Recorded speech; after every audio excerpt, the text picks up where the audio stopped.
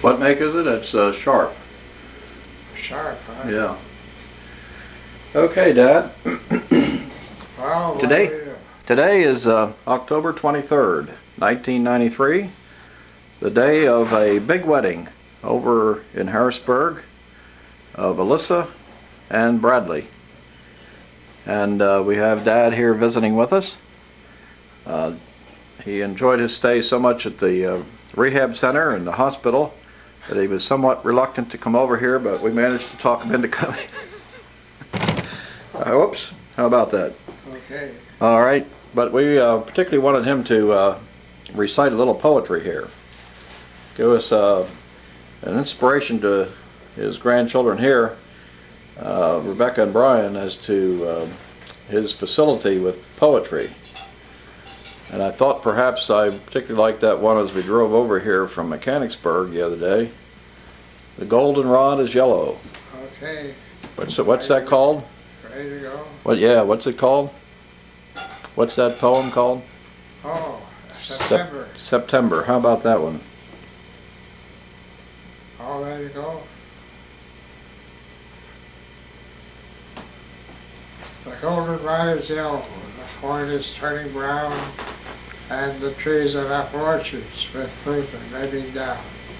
The gentian's bluest fringes are curling in the sun, and milk and dusty pods of milkweed, their hidden silk has spun. The sledges brought the harvest, and every book by the nook, and dancers by the brookside make passage in the brook. From the dewy lanes of morning, the grapes three rows arise, and at noon the roads are all covered with yellow butterflies. And with all these lovely tokens, September days are here. Summer's best of weather, but autumn's best of cheer. Very good. Now, how about what's your favorite poem? Under a spray chestnut tree, the village smithy stands. The smith, a mighty man is he, with large and sinewy hands, and the muscles of his brawny arms are strong as iron bands. Week in, week out, from morn till night, you can hear those bellows blow. You can hear him swing his heavy sledge with measured beat and slow, like the sexton ringing the evening bell when the sun is low. And on Sunday he goes to church and sits among his boys. He hears the parson pray and preach. He hears his daughter's voice singing in the village choir. It sounds to him like her mother's voice singing paradise.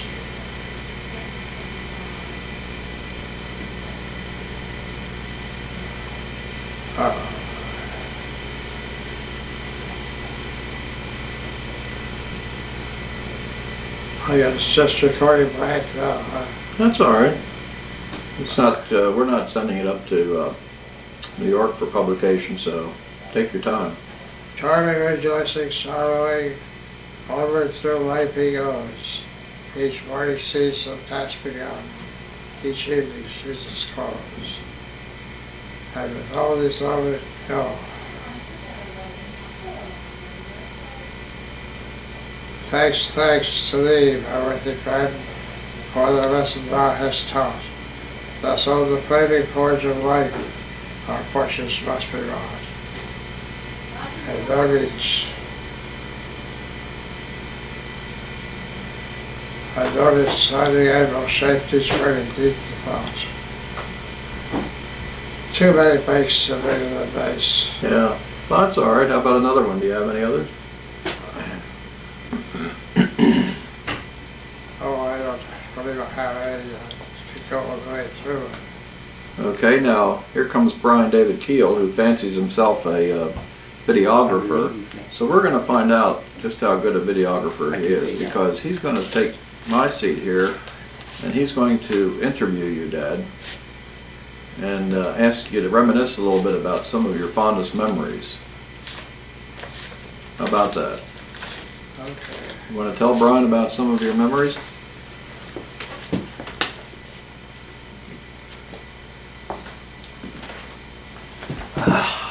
All right, Papa, shoot away. What do you want me to do? Tell me about your fondest memories. Oh, my fondest memories. Yeah. You know, my dad in diapers.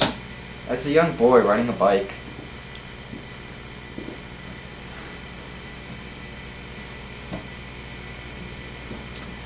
Go ahead. Do you have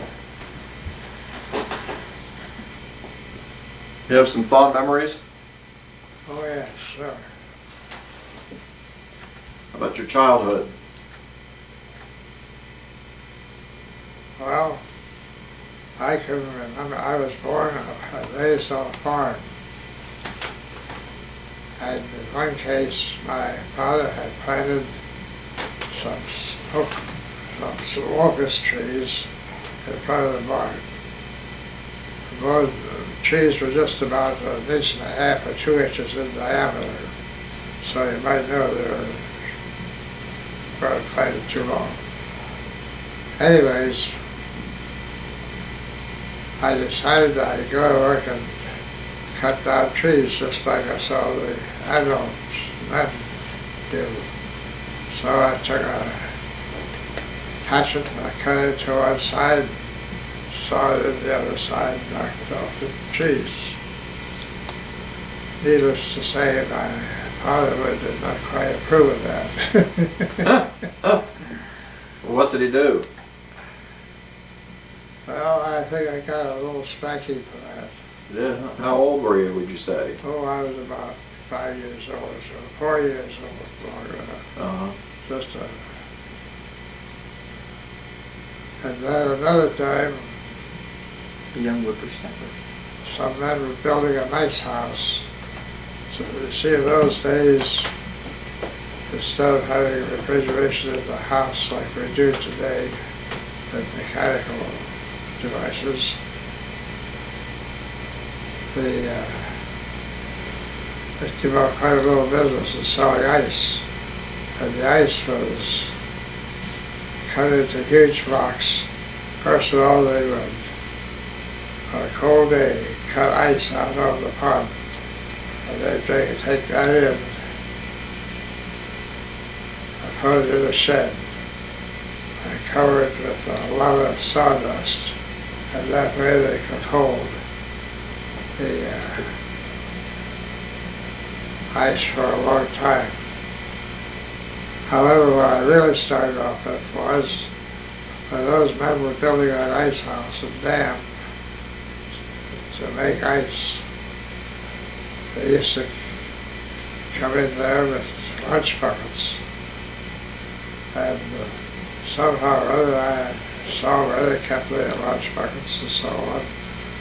So one day I went to help myself with some of the eats out of the drivers, out of the workmen's ice pockets. And again, I got myself into trouble. In that case, my mother took a hand on me. Well, do you remember any cases of your sons doing anything like that? Well, not just offhand. You don't remember the famous cornfield caper? Oh. You mean when they're right up through the cornfield? Well, both of us were guilty. We stole some corn from a farmer. Oh, actually, I didn't know about that. And Then you, what happened? and you drove us back to the farmer's house, made us go up and give it back and tell him that we're sorry. Oh, did the farmer take the corn back then? Yeah, he didn't really mind, I don't think, but you taught us a good lesson. You also remember my firecracker incident? When I got in trouble with the local police for setting off firecrackers at the 4th of July. Oh, yes. Want to tell Brian about that? Well, on the 4th of July, the American Legion and some of the fire companies one year the Legion went out, another year fire companies. In this particular case, the fire companies had the privilege of running a carnival there. So Robert A. Kiehl and Larry Hartzell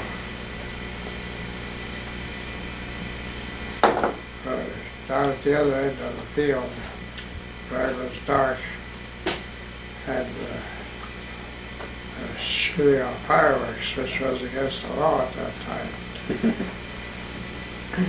Anyways, not long after that, Robert and Larry Hartzell came up to me, and I was not part of the field there, and told me what happened. And not long after that, one of the fire policemen came up there too. I guess it scared the dickens out of the boys. But everything shaped up all right. But no real ruckus about it. How about another memory with Mother when you came over to England to visit us and we took a tour on the continent? Remember traveling around in Europe with Mother and Nancy and you and me? Remember that trip? Yeah, yes. Remember the fan belt? Oh, yeah, sure. Well, Bob and Nancy were very kind to take us on a tour of Europe. They had a Corvair, and that little car really took us around in good shape. What kind of car was it?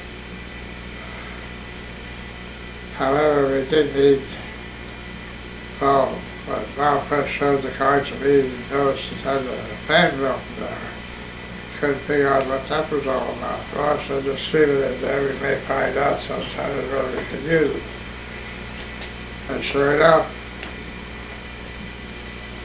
the time came the original fan belt broke, and then we had to put that fan belt, the spare belts, on the motor. Well, the trouble was we didn't have the wrenches to take up the idler pulley. So we decided to stop at the first garage we came to take out. I had a pulley adjusted, which we did. Yeah.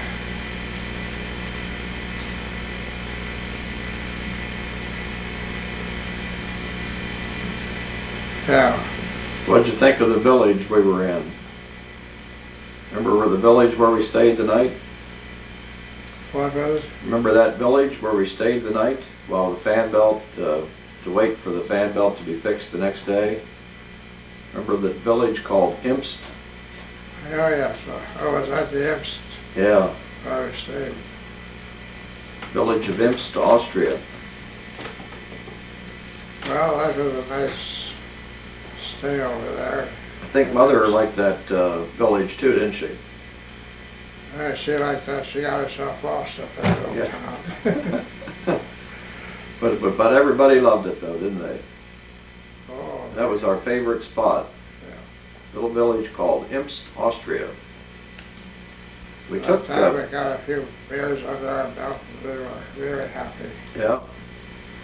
And then remember the time we were in Berchtesgaden, speaking of beers, and you went down to check out one of the local pubs. Well, I got down there to local pubs and found mingled right with the crowd. I found they were very congenial. And I had quite a few beers that evening, right back to the hotel. That's what Nancy got a big charge on that. Yeah. Okay. Oh, well, we had a lot of interesting times over there in Europe. Yep, we did. Another thing that I enjoyed very much, outstanding, was a trip up through to the, what do they call it? Hitler's hangout, but they had. Oh yeah, the Eagle's Nest. Eagle's Nest. Eagle's Yeah. Nest. You enjoyed that, huh? Oh, very much so. Yeah. The bus ride was a little heavy though. Yep. I remember that. Well, not on that trip. No, not true. No, Dad. Okay, anything else? Any other memories there, Dad? Any special memories? Oh, not too special. How about your hunting with your grandfather's musket? Okay, well, I was visiting with my grandparents. I was about 14 years of age or so, and the rabbit season came around the next day. I knew my grandfather had a few guns, so I asked him about going rabbit hunting. Yeah, sure. Next morning came around, and he had two guns. He had the breech loader, single barrel, and then he had the Civil War musket that she fellows had. And he loaded up the old musket, which with the old ramrod, you had to shove it down. You know? Yeah. And after he had the guns loaded, and we went out to hunt, he says, well now, he says, I'll hunt up here in this field. That's what my grandfather said. He said, you can hunt over there in that field. He didn't trust me. He thought I might be too careless with a gun. But the funny part of it is, after I went over that other field, I wasn't going down through the field very far when I ran into a friend of mine. He was hunting rabbits also. So we were going up and down the field there, well, looking for rabbits, but nothing seemed to happen. So we got to talking about a whole lot of other things, and far removed from hunting rabbits. So after a while, my boyfriend decided to call it quits. And I moved up ahead and saw a rabbit took off rather, but I didn't shoot at him because I only had one shot in the gun. So I knew if I shoot at the rabbit, try to get him running and miss him, he'd be over the next county before I'd ever got loaded in the gun again. Anyways, I watched where that rabbit went to, and I stalked him for quite a while. Finally caught up with him, and I was able to keep some trees between him and I, so as not to alarm the rabbits. See? And after a while, I got to within about 30 yards or so of the rabbits, and he was just hopping around there leisurely. So I cut one loose out of him, and that was it. The result was, I got a rabbit, but my grandfather didn't. Kind of like me and my dad skeet shooting. Okay, I Dad. whooped him. One other thing. We already showed you this, but we're going to present to the West Shore Lodge number 681 a sculpture of the Friend to Friend Masonic Memorial here in Gettysburg, and we're going to present that in your honor at the West Shore Lodge. We already told you about that, of course, so maybe you'd like to turn that around and point it to the camera there so that our viewing audience can have a... Yes. So what do you think of that? I think that's very good. And, well, let me... It's a splendid Zoom in. idea. Zoom in. Don't put your hand.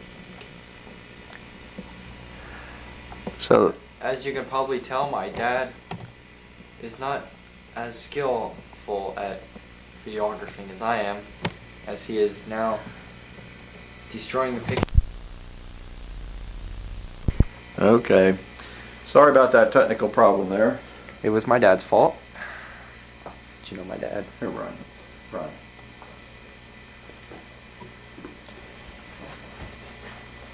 Okay, Dad.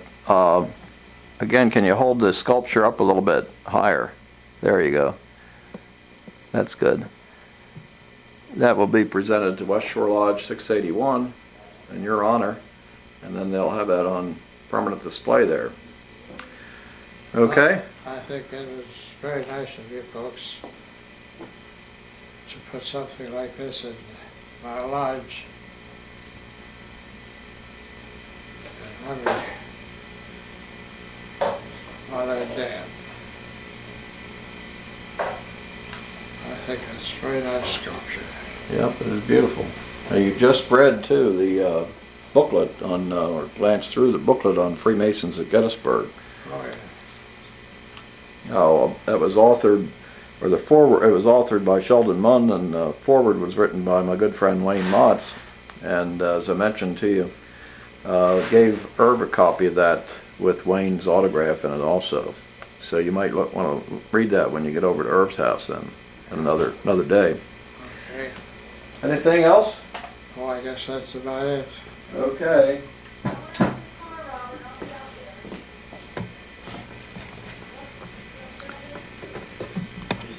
Irvin H. Kiehl on 23 October, Saturday, 1993.